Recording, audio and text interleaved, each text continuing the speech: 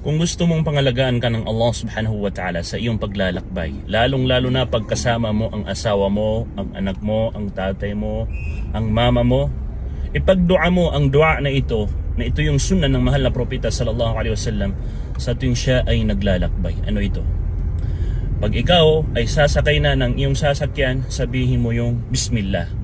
At pag ikaw naman ay nakaupo na ng maayos, sabihin mo yung Alhamdulillah. Pag nakaupo ka na ng maayos, sabihin mo yung Allahu Akbar, Allahu Akbar, Allahu Akbar.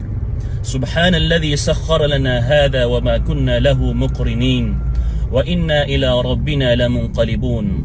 Allahumma inna nas'aluka fi safarina hadha albirra wattaqwa wa min al'amali ma tarda.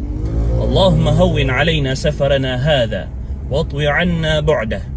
اللهم أنت الصاحب في السفر والخليفة في الأهل اللهم إنا نعوذ بك من وعثاء السفر وكآبة المنظر وسوء المنقلب في المال والأهل. Pagkatapos ng dua na ito, insyaAllah subhanahu wa ta'ala, magiging panatag ka at ikaw ay nasa pangangalaga ng Allah subhanahu wa ta'ala. I-share mo sa iba nang sa gayon ay matutunan nila ang mga sunnah ng mahal na propeta sallallahu alaihi wasallam.